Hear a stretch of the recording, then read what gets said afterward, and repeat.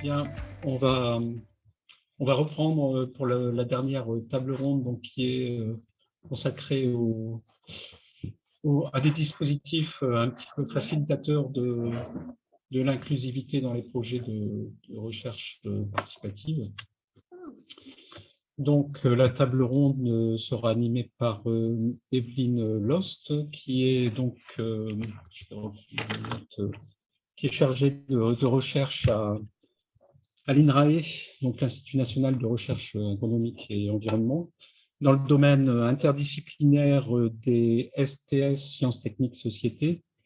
Elle a mené un travail important de terrain dans les Open Labs tiers-lieux français depuis le début de leur institutionnalisation et plus récemment, elle s'est intéressée aux intermédiations de recherche dans les processus participatifs, notamment en accompagnant l'expérimentation du FONGEP Recherche, qui est un programme qui soutient les activités de recherche pour les associations. Elle s'est aussi engagée dans un groupe de réflexion multi-acteurs au sein de l'Alliance Sciences-Sociétés, l'ALIS, pour promouvoir et légitimer l'implication des organisations du tiers secteur comme partenaires de la recherche académique et de l'innovation. Et je lui cède donc la parole pour présenter nos invités à la table ronde. Merci Bertrand. Alors, je vais un petit peu introduire le sujet et puis ensuite je laisserai plutôt les invités se présenter eux-mêmes. Donc, faciliter l'inclusivité, on en a déjà pas mal parlé. On a surtout parlé du fait qu'elle nécessitait non seulement une volonté, mais l'engagement des acteurs. Et dans cette dernière table ronde, on a souhaité plutôt parler des dispositifs d'intermédiation. Alors, pour reprendre la définition proposée par Michel Callon, les dispositifs d'intermédiation sont des dispositifs de mise en relation des acteurs d'un réseau. Ces acteurs étant en particulier dans les recherches participatives, mais pas que, ils ont des besoins et des ressources différentes. Bon, on a déjà vu pas mal de cas dans lesquels ces ressources étaient vraiment et ces besoins étaient différents et comment on peut inclure tout le monde dans ces processus. Maintenant, je vous propose de réfléchir sur ces dispositifs.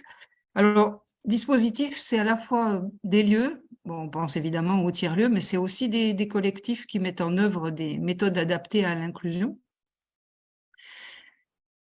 Donc, on va pas seulement, on a souhaité pas seulement parler des tiers-lieux, mais aussi ouvrir à ces autres dispositifs.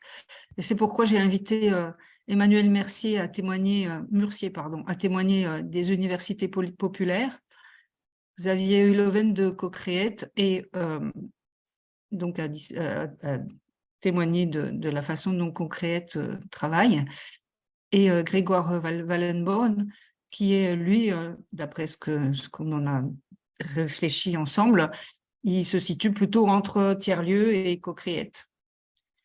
Grégoire, d'ailleurs, illustre assez bien cette hybridité qu'on retrouve dans les dispositifs, puisqu'il est à la fois chercheur et intervenant associatif.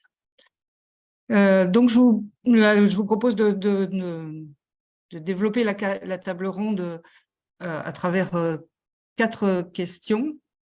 La première étant une question de présentation des participants, puisque je vais vous demander de nous dire pourquoi vous êtes dans cette table ronde sur les dispositifs, comment vous voyez les dispositifs et quels sont les dispositifs que vous gérez et auxquels vous avez contribué. Alors, je ne sais pas qui prend la parole en premier.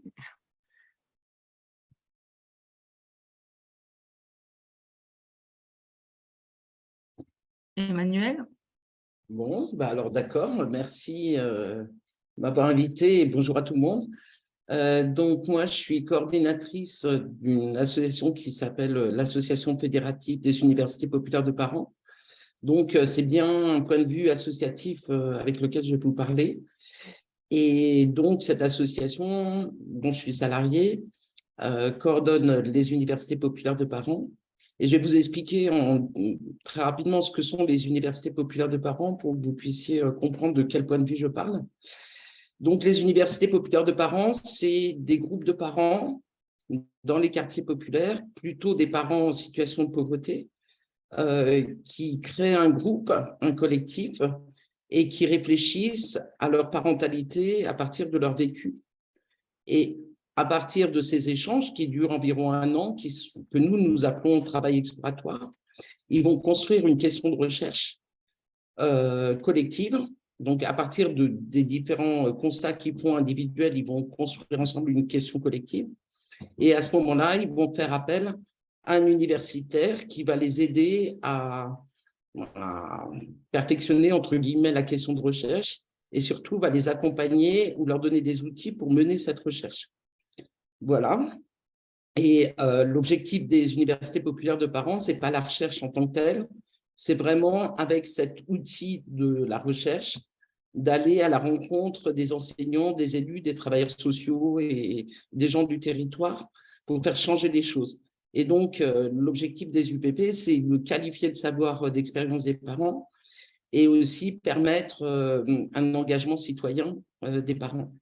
Voilà, donc je précise juste que il y a un objectif politique et citoyen qui est très fort dans les UPP et que du coup, la recherche, ce n'est pas vraiment une co-recherche ou une recherche participative, c'est vraiment une recherche de parents avec le soutien des universitaires.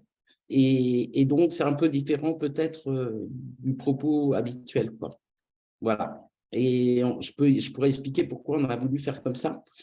Mais c'est vrai que les universitaires, du coup, alors on les appelle les universitaires parce que les parents s'appellent les parents-chercheurs eux-mêmes. Donc, du coup, on avait besoin de différencier, donc on les appelle les universitaires. Et ils sont là pour accompagner des citoyens à acquérir des outils et des méthodes pour pouvoir aussi accéder à la recherche eux-mêmes. Voilà, je dirais peut-être juste ça pour l'instant. Merci. Xavier? Oui, bonjour. Merci. Donc voilà, moi je m'appelle Xavier Hulhoven et donc je travaille à Innoveris. Donc Innoveris, c'est une agence de financement régional à Bruxelles. Donc on finance la recherche et le développement à Bruxelles. Et depuis 2015, j'ai créé et fondé un programme qui s'appelle Co-création et qui vise essentiellement à soutenir des dynamiques de co-recherche. Et depuis lors, on travaille sur ce programme, je gère ce programme, on essaie d'y apprendre beaucoup de ce qui se passe dans la réalité des projets. Donc, c'est un dispositif qui finance tout type de bénéficiaires. Hein. Donc, ce n'est pas que des universités, ça peut être des associations, des entreprises, donc des autorités administratives. Donc, vraiment, elles sont financées vraiment directement en tant que chercheurs. Et donc, au même titre, avec les mêmes types de budget, les mêmes structures budgétaires, etc. Voilà, on apprend beaucoup, on a beaucoup de défis qui se présentent. C'est pour ça que c'est très intéressant de pouvoir échanger avec vous aujourd'hui. On n'a pas encore trouvé le meilleur dispositif et la meilleure formule, mais on avance.